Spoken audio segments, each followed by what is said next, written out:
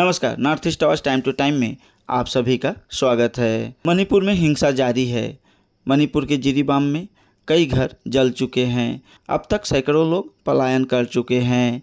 पलायन किए हुए लोग लखीमपुर विधानसभा क्षेत्र के कई जगहों पे आश्रय लिए हुए हैं। मणिपुर हिंसा को लेकर विधायक कौशिक राय ने आज संवाददाताओं से बातचीत की।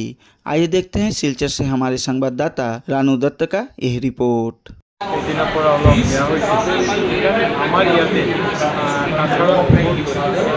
मणिपुर राइज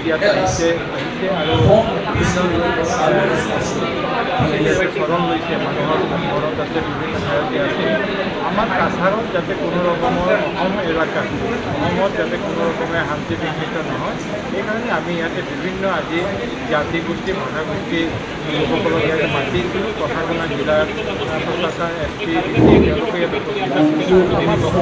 যে কাছাৰত অসমৰ মাটিত যাতে কোনো আইন শৃংখলাৰ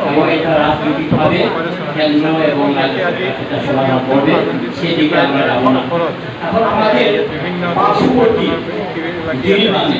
আৰু আহি চবে আমাৰ ইয়াতে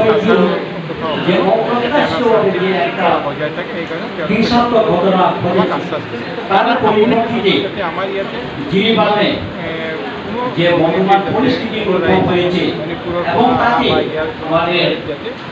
শান্তির দিক যাতে এর প্রভাব না পড়ে তার জন্য আমাদের কাছাড়ের ডিস্ট্রিক্ট অ্যাডমিনিস্ট্রেশন কাছাড় জেলার প্রশাসন বিশেষ করে আমাদের ডেপুটি কমিশনার এবং আমার মহাদশা এবং লক্ষ্মীপুরের নেতৃত্ব এবং মাননীয় MLA সবাই মিলে প্রশাসনের সাথে সহযোগিতা করে যে ধরনের উপযুক্ত পদক্ষেপ নেওয়া হয়েছে তার জন্য আমি কাছাড়ের প্রশাসনকে আন্তরিক ধন্যবাদ এবং কৃতজ্ঞতা জ্ঞাপন। মানবিক দিকত তেওঁলোকক আমি সহায় কৰিম কিন্তু এইটোৰ প্ৰভাৱ যাতে বেয়া প্ৰভাৱটো কাছাৰত নপৰে অসমত নপৰে সেইটো আমি চবে ইয়াৰ চেকপোষ্টৰ প্ৰয়োজন আছে সব ঠাইতে চেকপোষ্ট আছে আৰু আজি আমি ক'ব পাৰোঁ যে পুলিচৰ ইয়াত যে ব্যৱস্থা আছে কটকটীয়া ব্যৱস্থা তেওঁলোকে কৰিছে যাতে যিমান মানুহ আহে তেওঁলোকে চেক কৰি ইয়াত অহা ব্যৱস্থা জিৰিবামত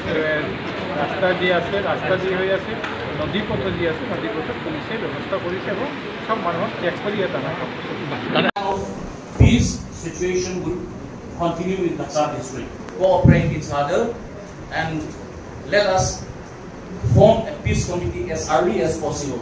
Thank you so much.